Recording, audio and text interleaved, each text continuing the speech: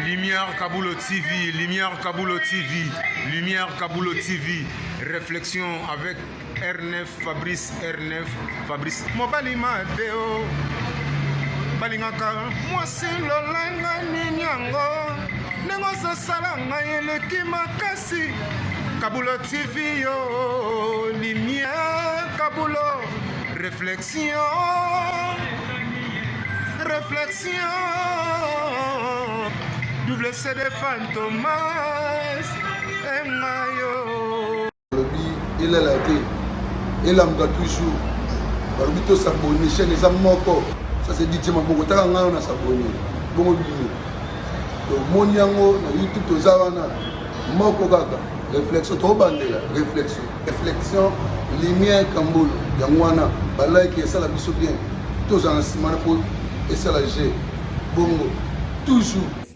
Réflexion, Lumière Kambolo TV. Chaîne les amoko, vous s'abonner, vous avez décidé Lumière Kambolo TV. Bonjour, Nabiso Banso.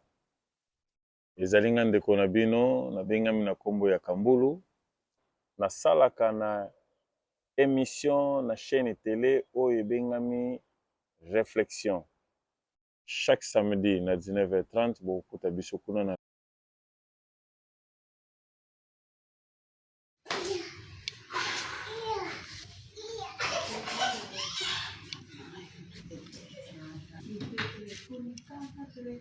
Non, Mina. Natika tu na telefone. Na zongi boy na telefone. Soto kolia telefone telefone. Ana ndako ba tolia disuki telefone mama Mina bandu simaki telefone banda tongo. Ngana uti class na ye banda natika tu na telefone. Yako kutoka na telefone. Soto kolia te. Diana. Ngo unavuka no kanda na zolu ka ready awa na makasi me yo yesu kata feto. Emma na osala a. Mama Mina mwana za ipoto kolia ba tunata. Ya. Mambo na osala des impôts. Eh mama Mina yo ni zala te.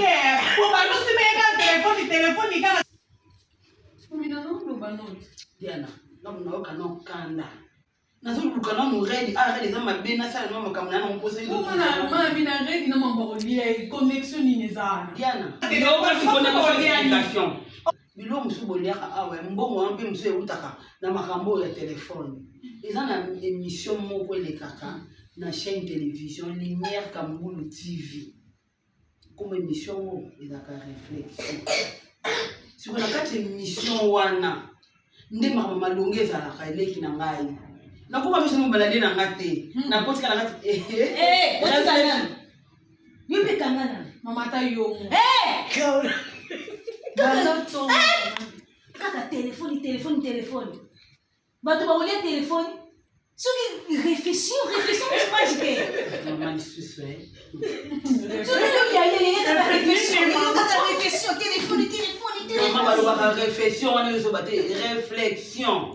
Eza émission. Mukolo na ngoko mona Lumière Kambulu. Lumière Kambulu manje ke. Expliquez su mamá que explique ya ese lo niña mwana zo komanso banzala ya mfu. Ya, mtu ka tokoti makasi na makambo ata epeleki na ngo bénéfice. Ata mama binenga tana ko bénéficier. Omoni papa o. Ye wana nde kombo na ye Lumière Kambulu. Siko émission. Il y a l'occasion aza donc co-présentateur de l'émission. Kombo na ye Lumière Kambulu TV. Ye mkolo émission. Siko émission ngo kombo na ngo réflexion. Maman réflexion maman. Réflexion. Soute maman yoka kama. Réflexion. Yo kanga na yo kadila ko peta yo ba. Mama yoka omoni na kati ya réflexion oyo. Soki ata mama pe mama mkolo batabi na kati ya émission oyo. Donc ba question yo aki toko boy. Yeyo papa ngo yeyo. Comment ya za jeune yo aki comme réflexion. Kasi comment ba jeune asa mutamaye ngo moni réflexion ko eza mutu ko asa na mayele na mutu na ye. Kwa luka asa l'émission na komba réflexion.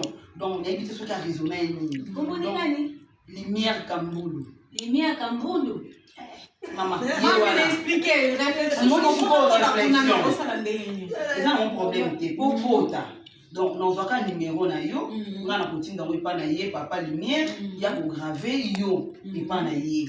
Comme ça yo ko ba donc on a ba émission. Si vous avez un problème, histoire ni za tout ça na histoire moko boye, ça na problème boye. Ils ont surmonté. Parce qu'on a commis peut sa conseil. aye na kana ye na kati ya émission ali à partir ya émission aza na quelques bateau baza na kati ya bapesi conseil te mama omoni fadaki omemela yango bosalela yango bozongisa yango boye betinga boye tianga mpenza ko bozobomanga nzala mingi na ndako oyo tianga obeta histoire na ndako lapetanga ye yebisa pasi nani Lumière Kambulu lifala yebisa ndikotikesanga te na monoko yebisa ye émission koko nini réflexion